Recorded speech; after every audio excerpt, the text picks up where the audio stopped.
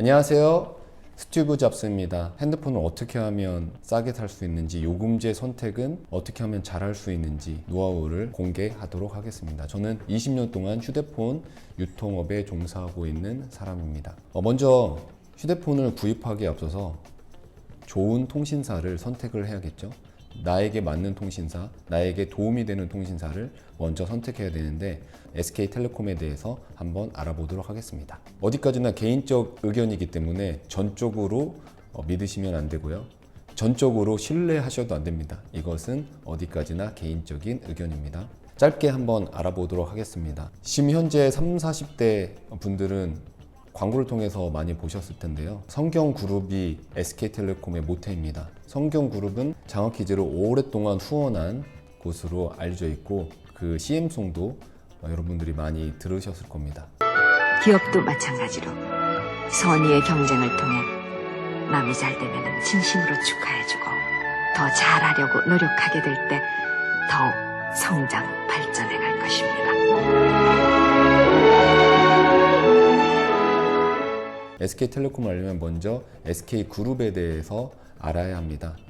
자, SK그룹의 출발은 창업자 최종건 회장님께서 1953년에 성경직물 주식회사를 정부로부터 불어받아 순수 민간기업을 창설한 데에서 비롯되었습니다. 동생인 최종현 회장님께서 물려받아서 유명인사죠.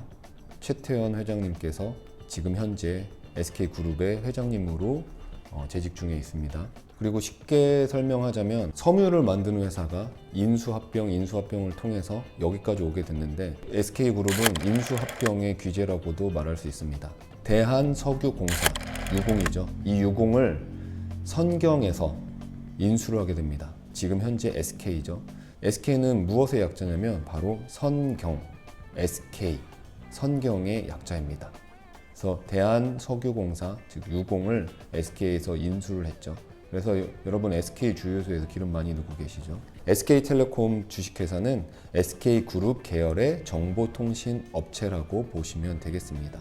자, 그러면 SK텔레콤은 어떻게 시작이 됐느냐? 바로 1984년 3월에 한국전기통신공사, 현재 KT죠. 한국전기통신공사가 자회사로 한국이동통신 서비스를 만듭니다. 그리고 1988년에 한국전기통신공사로부터 시설 및 운영권을 인수를 하게 됩니다. 그리고 상호를 한국이동통신으로 변경을 하게 되죠. 그리고 같은 해 7월에 음성통화만 가능한 아날로그 방식의 1세대 휴대전화 서비스를 처음으로 선보이게 됩니다. 1994년도 공개 입찰을 거쳐서 성경그룹에 인수가 되면서 현재 SK그룹이죠.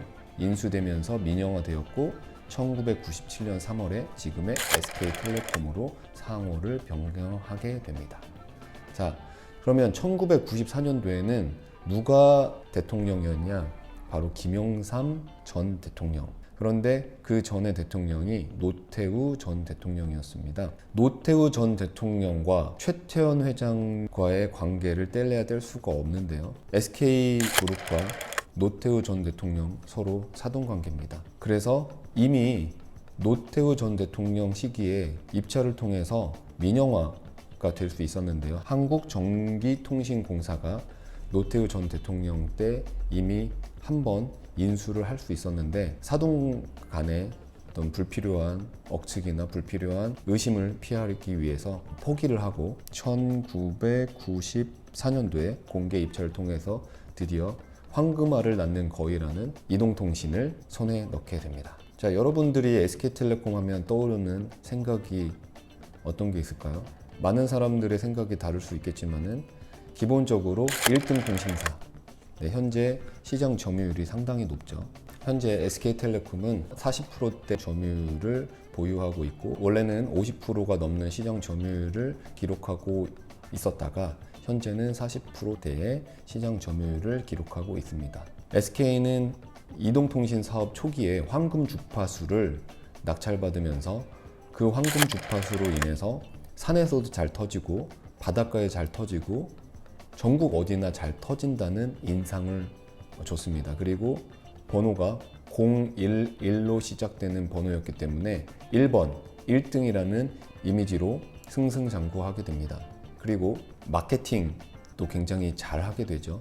그래서 현재까지도 1등 이동통신사로 승승장구하고 있습니다. 유통업자 입장에서 SK텔레콤을 본다면 SK텔레콤은 일단 돈이 많습니다. 현금 장사를 한다고 하죠. 단말기 라인업이 이통 3사 중에서 가장 많습니다.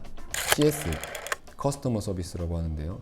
이 CS 부분에서 두각을 나타내고 있어서 실제로 저희가 고객 컴플레인이나 VOC라고 해서 불만의 소리를 접수를 했을 때 가장 우선적으로 처리를 해야 되는 게 SK텔레콤 VOC이고, SK텔레콤이 가장 확실한 어떤 조치를 취해주는 통신사로 저는 생각이 됩니다. 가장 전문적으로 고객을 케어하는, 아는 분은 아시겠지만은 114에 국번 없이 114에 전화하면 각 이통사에 고객센터에 전화를 받는데 고객센터가 사실은 거의 대부분 아웃소싱입니다.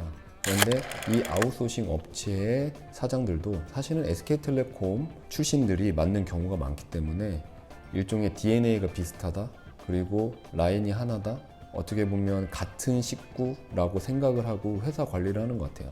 그래서 그런지 그런 사후 관리 부분, 애프터 서비스 부분이 굉장히 확실하게 관리되는 그런 인상, 그런 느낌을 많이 받습니다. 이런 부분은 SK텔레콤이 가장 독보적이지 않나. 그래서 앞으로도 1위의 어떤 그 시장 점유율을 꾸준하게 기록을 하지 않을까, 이렇게 개인적으로 생각을 하고 있습니다. SK텔레콤이 결합 내용이 굉장히 좋습니다. 사실은 요금제는 이제 이 통사들이 거의 다 평준화가 됐기 때문에 어느 통신사가 좋다, 어느 통신사가 싸다, 어느 통신사가 비싸다 할 수 있는 부분은 크지 않습니다. 그런데 독보적으로 결합이 좋은 게 있습니다. 바로 가입 연수, 가족끼리 묶었을 때 가입 연수가 30년 이상이 되었을 때 구요금제에서는 50% 할인, 신요금제에서는 30% 할인이 각 되는 온가족 할인 제도가 있습니다. 이 제도는 KT도 없어졌고요, LG도 없어졌고 오직 SK만 신규 가입을 받고 있는 독보적인 결합 내용입니다. 이 부분은 이 통사를 통틀어서 가장 좋기 때문에 차후에 없어질 수도 있어서 이 부분은 칭찬해 줄 만하고, 모르시는 분은 빨리 가입을 하셔도 되는 그러한 상품입니다. 그래서 저는 SK텔레콤을 설명할 때 고객님들의 입장에서 가장 좋은 결합을 가지고 있다, 결합 할인 프로그램을 가지고 있다라고 설명을 합니다. 차후에 더 자세하게 다루겠습니다. 이 부분은요. 사실은 나에게 가장 좋은 통신사는 나에게 가장 싼 단말기를 공급하는 통신사, 나에게 가장 많은 혜택을 주는 통신사입니다. SK텔레콤이 1위고 SK텔레콤이 제일 좋다라고 인식을 할 때는 마케팅의 힘이 굉장히 컸습니다. 결과적으로 나의 입장에서만 봤을 때는 돈으로 환산했을 때 가장 좋은 조건을 제시하는 게 가장 좋은 것이지, 사실 마케팅의 힘으로 통신사를 선택하는 것은 결코 좋은 선택이 아닐 수 있습니다. 휴대폰을 주고 SK텔레콤, KT, LG 관계자분들이 블라인드 테스트를 해서 이게 어느 통신사인지 맞춰보라고 하면 그 어느 누구도 맞출 수가 없습니다. 그 얘기는 이제 통화 품질이나 통신의 질은 대동소이해졌다고 보셔도 됩니다. 결국에는 나에게 좋은, 나에게 조금이라도 더 많은 보조금을 주는 통신사를 선택하는 것이 여러분들 입장에서는 더 도움이 된다라고 보시면 되겠습니다. 그럼 다음 시간에 또 만나요. 안녕.